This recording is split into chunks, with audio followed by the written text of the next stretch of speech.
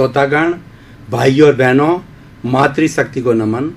Channel 24+ news के खास विशेष मनमोहक, मन लुभावना, अच्छे टिप्स देने वाला, स्वास्थ्य के संबंधी, लाइफ स्टाइल के संबंधी, व्यक्तित्व विकास के संबंधी, इंसानियत के और सभी सर्वांगीण टिप्स देने वाला पुनरुत्थान कार्यक्रम में आप सभी का हार्दिक स्वागत है, अभिनंदन है, सत्कार है।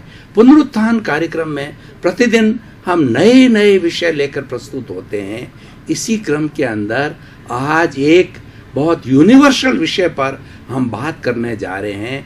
आज का विषय है मानव युग निर्माता। भाइयों और बहनों, दर्शकगण, श्रोतागण, दो शब्द है, एक मानव और दूसरा युग निर्माता।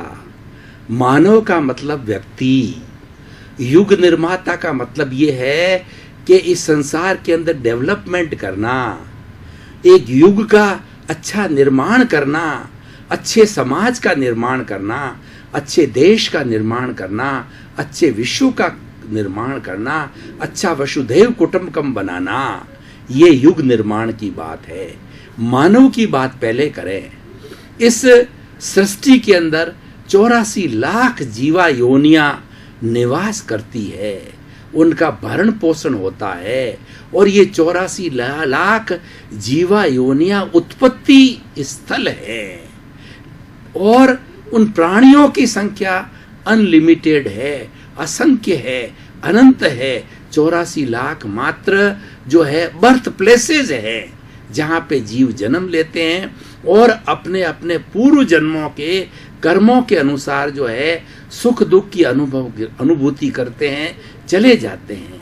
रंगमंच ये जगत है, कर्म खिलावन हार, नाना रूप बनाए के और चेतन खेलन हार। ये पूरा जो विश्व है वह एक रंगमंच की तरह है, स्टेज की तरह है, और इसके ऊपर व्यक्ति जो है कठपुतली की तरह जो अपना अभिनय करता है और अपना समय आने पर चला जाता है।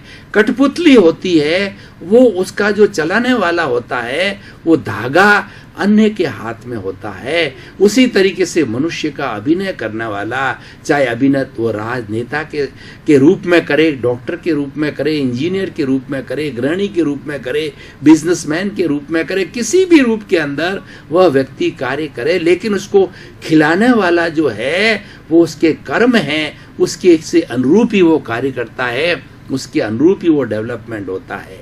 देखिए, ये 84 लाख जीवा योनि में सबसे श्रेष्ठ मनुष्य को माना गया है। मनुष्य परिपूर्ण है। मनुष्य के पास में 5 इंद्रियां हैं, मनुष्य के पास मन है, बुद्धि है, चित्त है और विकसित आत्मा है। जिसके कर्मों का बोझ कम होता है वह मनुष्य योनि के अंदर आता है, और उसी की जिम्मेवारी है इस विश्व को जो है अच्छा निर्माण करना। इस विश्व का जो है अच्छा निर्माण करने की जिम्मेवारी मनुष्य की है, क्योंकि इस चराचर जगत में रहने वाले दूसरे प्राणी, पशु पक्षी, पेड़ पौधे वो इतने अविकसित है कि वो बोल नहीं पाते, कुछ कर नहीं पाते, मात्र जो है अपना जीवन यापन करते हैं। हर प्राणी के अंदर 10 तरीके की संज्ञा होती है। वो कौन कौन सी होती है? भय, शोक, जुगुप्सा, स्त्रीलिंग, पुरलिंग, नपुंसकलिंग, ओग संख्या और लोक संज्ञा। ये 10 तरह की संज्ञा हर एक के अंदर, प्राणी के अंदर होती है, और उसी के अनुरूप ही है प्राणी अपना जीवन यापन करता है। अब देखिए कि ये जो सृष्टि है ये पंचभूतात्मक है।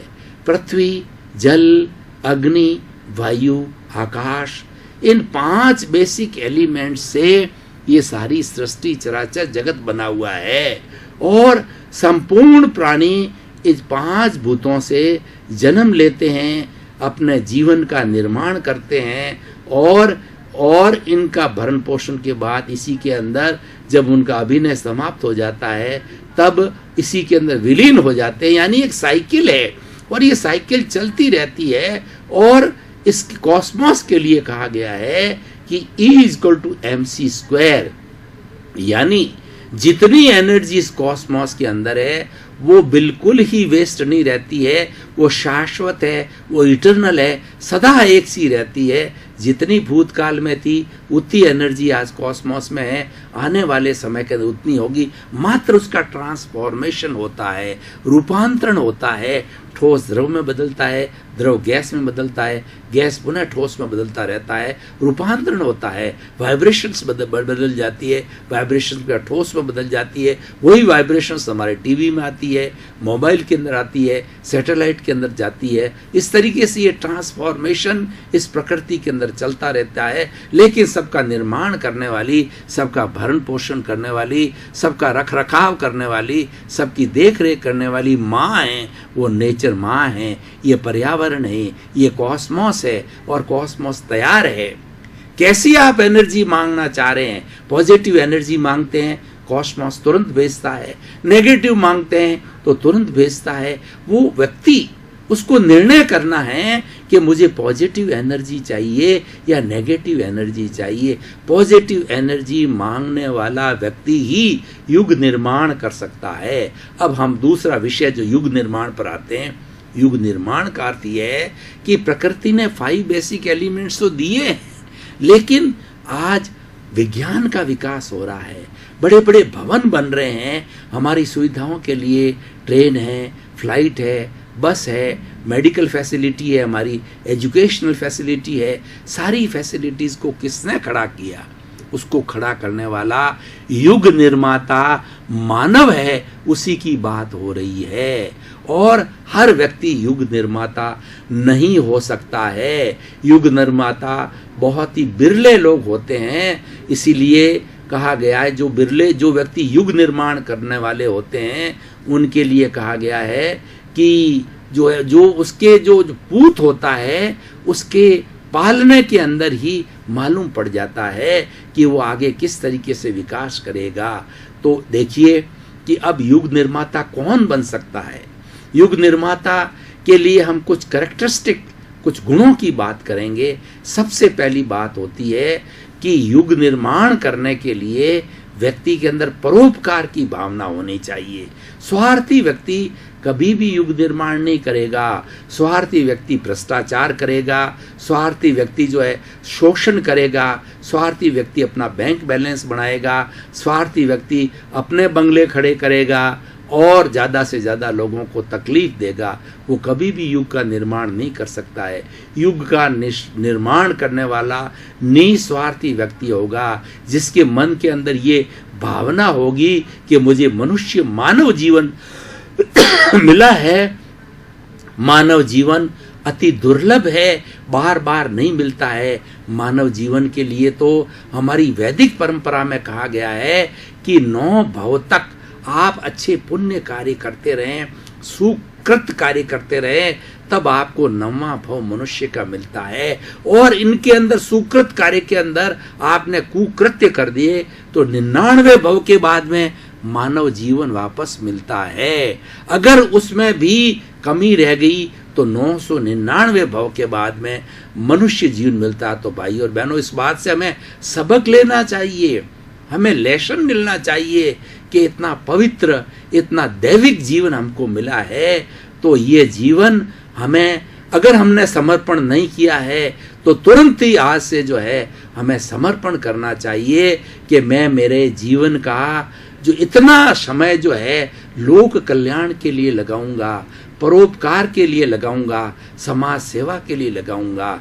देखिए जो लोग परमार्थी होते हैं, पूरा जीवन बचपन से लगा करके एंड तक जो है परमार्थ को झोंक देते हैं, वो सन्यासी बन जाते हैं, साधु बन जाते हैं, ऐसे ईमानदार नेता बन जाते हैं कि जीवन पर्यंत समाज की सेवा करते हैं। मैं आज की भ्रष्टाचार नेताओं की बात नहीं करता, जिन्होंने कि जो हमारी राजनीति को बिजनेस बना रखा है। जब हमारा देश आज़ाद हुआ तो महात्मा गांधी ने स्वराज की बात की थी, सर्वोदय की बात कही थी, अंत्योदय की बात की थी कि हम स्वराज क्यों चाहते हैं कि हर व्यक्ति का जो है सबको समान अधिकार हो, आगे बढ़ने के लिए अवसर समान मिले। लेकिन हमारे जो नेताओं ने जो है इसको जो है बिजनेस बना लिया और जो एमएलए एमपी या कहिए या हमारे जो है वो छोटी छोटी चाहे पंचायत को कहिए या हमारी नगर पालिकाएं कहिए, वो व्यापार के लिए उसमें आते हैं और व्यापार करते हैं, ये घृणित कार्य है। इस समाज सेवा के अंदर इस तरीके का दूषित कार्य नहीं किया जाना चाहिए। अगर आपको धंधा करना है, पैसे कमाना है, फैक्ट्री लगाइए, बड़ा ट्रेडिंग कीजिए, बिजनेस कीजिए, कोई कार्य कीजिए। अगर वाकई आपको बहुत बड़ा बनना है आप उसके अंदर जाइए, लेकिन इस प्योर वर्क के अंदर इम्प्योरिटी को नहीं डालना चाहिए। तो मैं युग निर्माण की बात कर रहा था। पहला उसका व्यक्तित्व का जो गुण होना चाहिए वह होना चाहिए परोपकार की भावना, और दूसरी बात यह है कि व्यक्ति का जो है श्रमशील होना चाहिए। देखिए, एक व्यक्ति के अंदर श्रमशीलता के साथ में 3 गुण होना चाहिए, सम, शम और श्रम।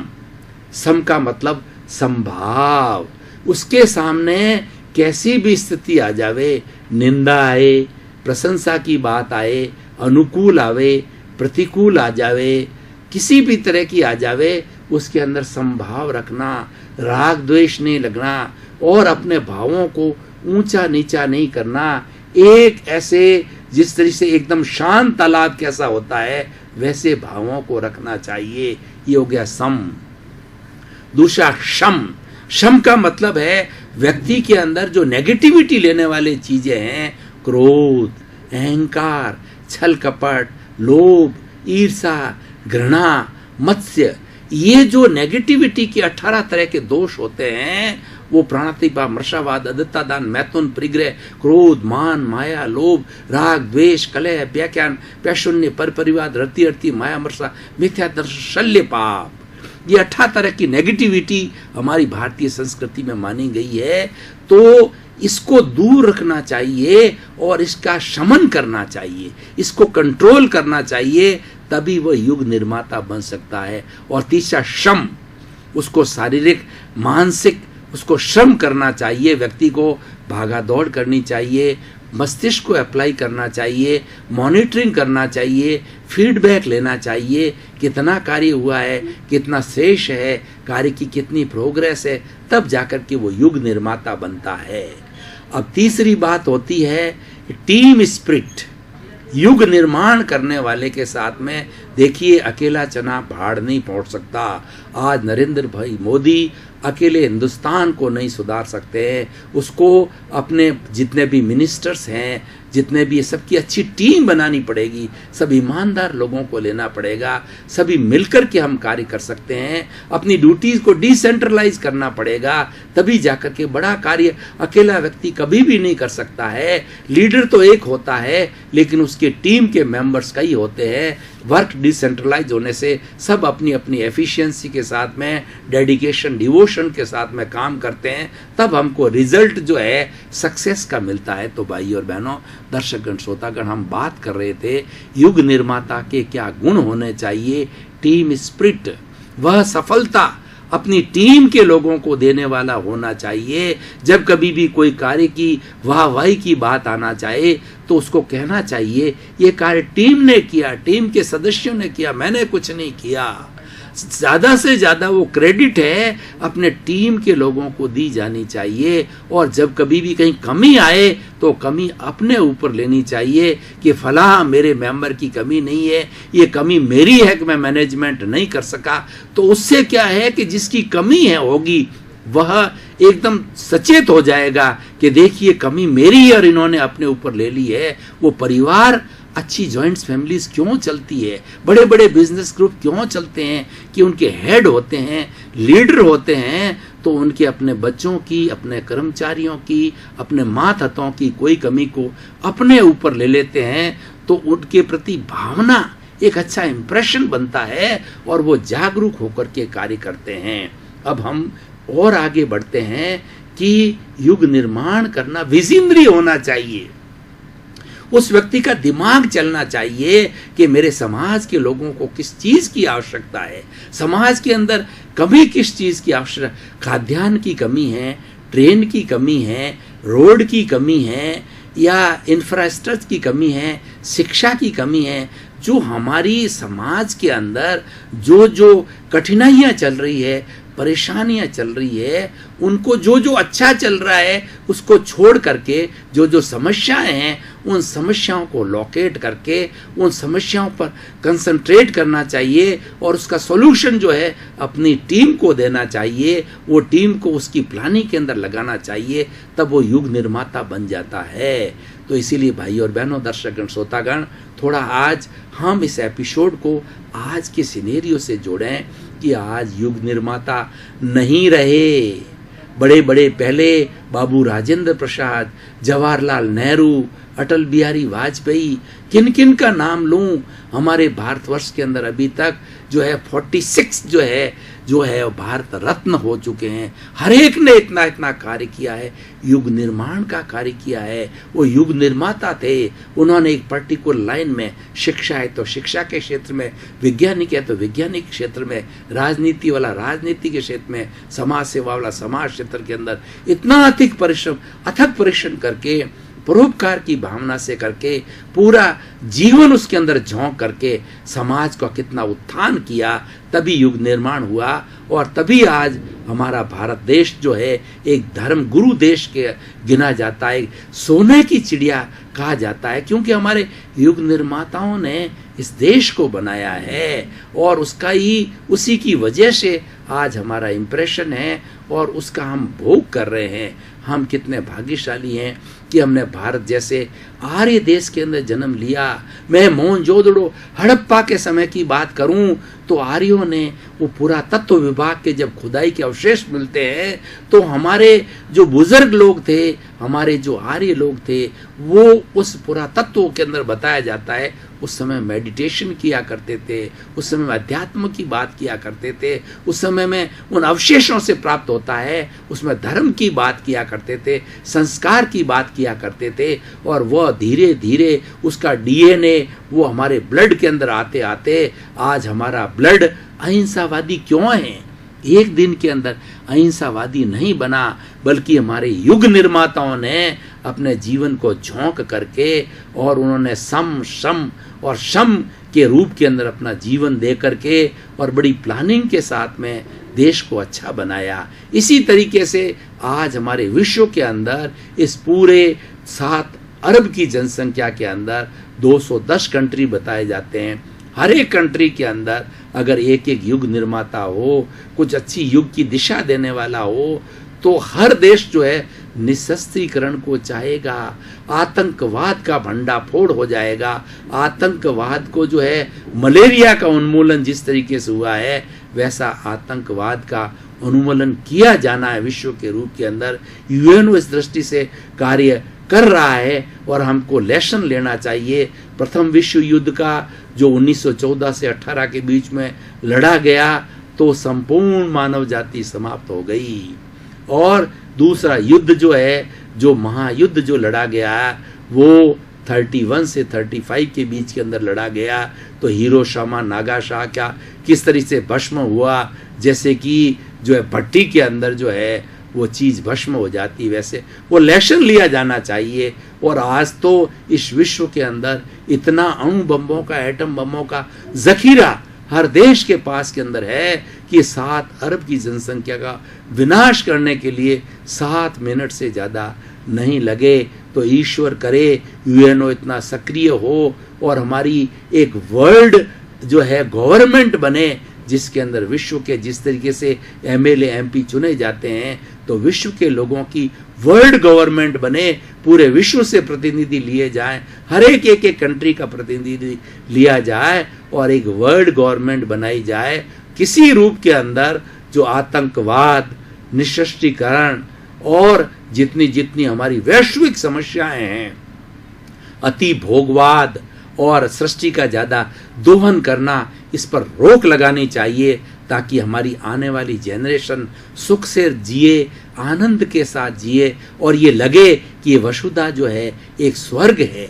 पूरे विश्व को लगना चाहिए कि वसुधा जीने योग्य है। शुद्ध हवा मिलनी चाहिए, शुद्ध पानी मिलना चाहिए, शुद्ध पर्यावरण मिलना चाहिए, शुद्ध भोजन मिलना चाहिए। और जब सारी चीज़ शुद्ध मिलेगी तो हमारी विचारधारा शुद्ध होगी और हमारे में से नए नए युग निर्माता बनेंगे। तो भाइयों और बहनों, दर्शकगण, श्रोतागण, मैं निष्कर्ष की भाषा में कहना चाहूँगा कि इतना सुंदर विषय है कि व्यक्ति को युग निर्माता बनने का लक्ष्य बनाना चाहिए। लक्ष्य इंसान ही बनाता है और इंसान ही लक्ष्य प्राप्त कर सकता है। और लक्ष्य इतना ऊंचा होना चाहिए कि हम चाहे छलांग लगाएं उस तक हाथ नहीं पहुंचे। जो धीरूभाई अंबानी ने लक्ष्य बनाया था, तो आज रिलायंस ने उसको प्राप्त किया। कि किस तरीके से उन्होंने ये क्रांति, आईटी की क्रांति ला करके, मोबाइल की और क्रांति ला करके कितना सस्ता कर दिया है और कितना इसको अच्छी तरह से बना दिया है।